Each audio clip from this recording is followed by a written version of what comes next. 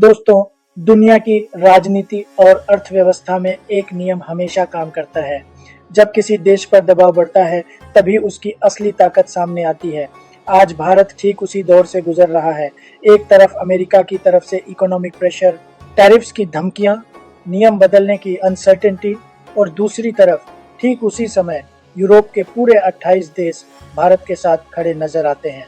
और इसी माहौल के बीच भारत को मिलती है एक ऐसी इकोनॉमिक ब्रेक थ्रू जिसे कई एक्सपर्ट्स अब तक की mother of all trade deals कह रहे हैं। जी हाँ, ये सिर्फ एक फ्री ट्रेड एग्रीमेंट नहीं है, बल्कि भारत की अब तक की सबसे बड़ी, सबसे कॉम्प्रिहेंसिव और सबसे स्ट्रेटेजिकली पावरफुल ट्रेड डील मानी जा रही है। करीब 19 ईयर्स के लंबे इंतजार के बाद भारत और यूरोपियन यूनियन के बीच फ्री ट्रेड एग्रीमेंट अब अपने आखिरी पड़ाव पर है और बहुत जल्द इसे औपचारिक रूप से साइन किया जाने वाला है। यह डील भारत के लिए सिर्फ व्यापार का मामला नहीं, बल्कि इकोनॉमिक इंडिपेंडेंस और ग्लोबल बार्गेनिंग पावर का टर्निंग पॉइंट है। सबसे पहले यह समझना जरूरी है कि आखिर अभी अचानक यह डील क्यों और कैसे संभव हो पाई। जनवरी के आखिरी दिनों में यूरोपियन यूनियन का हाईएस्ट लेवल लीडरशिप भारत आ रहा है। खुद यूरोपियन कमीशन की president Ursula von der Leyen, उनके साथ कई सीनियर ईयू कमिश्नर्स और टॉप ऑफिशियल्स नई दिल्ली में मौजूद होंगे। और इस दौरे की सबसे बड़ी सिंबॉलिक बात यह है कि ये सभी ईयू लीडर्स इंडिया के रिपब्लिक डे यानी 26 जनवरी के चीफ गेस्ट होंगे। ये कोई डिप्लोमेटिक कोइंसिडेंस नहीं है। रिपब्लिक डे पर चीफ गेस्ट बनना हमेशा से भारत का स्ट्रॉन्गेस्ट स्ट्रैटेजिक सिग्नल रहा है।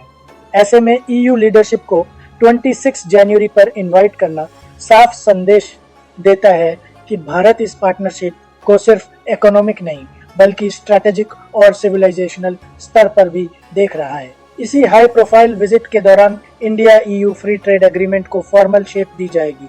ये समझना भी जरूरी है कि ये डील इतनी खास क्यों मानी जा रही है। इसकी सबसे बड़ी वजह यह है कि भारत ने यह समझौता अपनी शर्तों पर किया है। यूरोपियन यूनियन की तरफ से सबसे ज्यादा दबाव एग्रीकल्चर सेक्टर को खोलने का था, लेकिन भारत ने साफ और ब्लंट शब्दों में मना कर दिया। खेती, किसान, रूरल एम्प्लॉयमेंट और फूड सिक्योरिटी, इन पर कोई समझौता नहीं किया गया।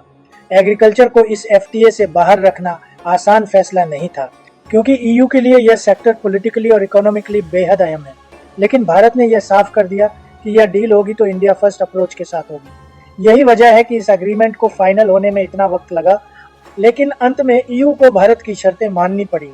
दिलचस्प बात यह है कि डील ऑफिशियली साइन होने से पहले ही इसके पॉजिटिव इफेक्ट्स ग्राउंड पर दिखने लगे हैं। रीसेंट ट्रेड डेटा बताता है कि कई यूरोपियन देशों में इंडियन एक्सपोर्ट्स तेजी से बढ़े हैं। स्पेन में इंडियन एक्सपोर्ट्स में करीब 56% की ग्रोथ दर्ज की गई है।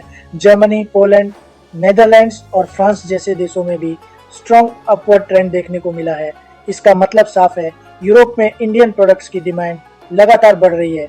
ये सिर्फ ट्रेड नंबर्स नहीं है, यह भारत की ग्लोबल क्रेडिबिलिटी का इंडिकेटर है। एक समय था जब इंडिया को सिर्फ चीप लेबर और कंजम्पशन मार्केट के तौर पर देखा जाता था, लेकिन अब इंडिया को रिलायबल मैन्युफैक्चरिंग पार्टनर और long term strategic trade ally के रूप में देखा जा रहा है। अगर हम थोड़ा पीछे जाएं तो इस डील का सफर अपने आप में एक लेसन है। इंडिया ईयू एफटीए की बातचीत पहली बार 2007 में शुरू हुई थी।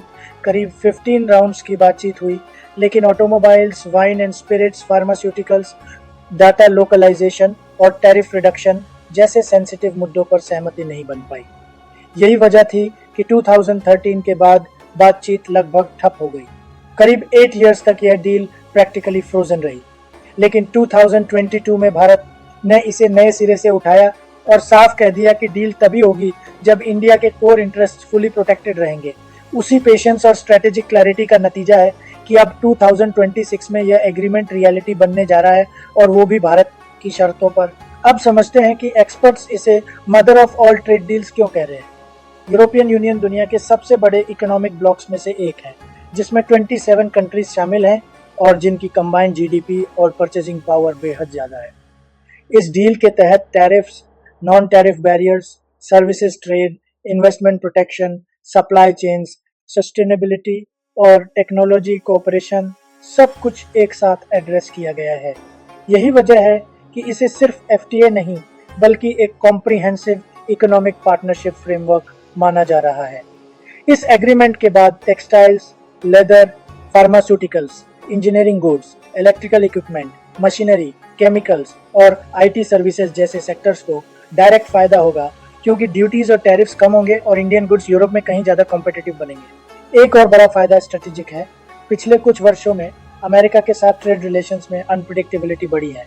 कभी टैरिफ्स, कभी सडन रूल चेंजेस, कभी पॉलिटिकल प्रेशर।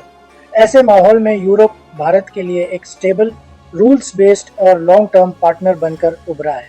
यही भारत की ट्रेड डाइवर्सिफिकेशन स्ट्रेटजी का कोर है। अब इंडिया किसी एक कंट्री या रीजन पर डिपेंडेंट नहीं है। यही वजह है कि ग्लोबल नेगोशिएशंस में इंडिया की बार्गेनिंग पावर, कॉन्फिडेंस दोनों बढ़े हैं, और यही कारण है कि अमेरिका के टोन में भी बदलाव दिखने लगा है। एक्सपर्ट्स का अनुमान है कि इस एफटीए के बाद इंडिया ईयू ट्रेड वॉल्यूम में करीब 50% तक की ग्रोथ हो सकती है। जो ट्रेड अभी लगभग 120 बिलियन यूरोस का है, वह आने वाले वर्षों में 150 टू 160 बिलियन यूरोस तक पहुंच सकता है। इसका असर सिर्फ बिग कॉरपोरेशंस तक सीमित नहीं रहेगा, बल्कि एमएसएमईज, मैन्युफैक्चरिंग क्लस्टर्स और जॉब क्रिएशन पर भी पड़ेगा। यूरोपियन कंपनीज भी इंडिया में clean energy, electric mobility, semiconductors और एडवांस्ड मैन्युफैक्चरिंग जैसे सेक्टर्स में इन्वेस्टमेंट बढ़ा सकती हैं। दोस्तों, ये डील सिर्फ एक ट्रेड एग्रीमेंट नहीं है, ये इंडिया के आत्मविश्वास, स्ट्रैटेजिक पेशेंस और ग्लोबल रेलेवेंस का डिक्लेरेशन है। यही वजह है कि यूरोप का टॉप लीडरशिप रिपब्लिक डे पर भारत के साथ खड़ा दिखाई देगा। यह सिंबलिज्म और सब्सटेंस दोनों का कॉम्बिनेशन है। इंडिया अब ग्लोबल टेबल पर झुककर नहीं, बल्कि बराबरी के साथ बैठता है और जरूरत पड़े तो अपनी शर्तों पर डील करता है। अब सवाल आपसे है, क्या आपको लगता है कि India you free trade agreement वाकई इंडिया की इकोनॉमी के लिए गेम चेंजर साबित होगा? और क्या इसे सही मायनों में mother of all trade deals कहा जा सकता है?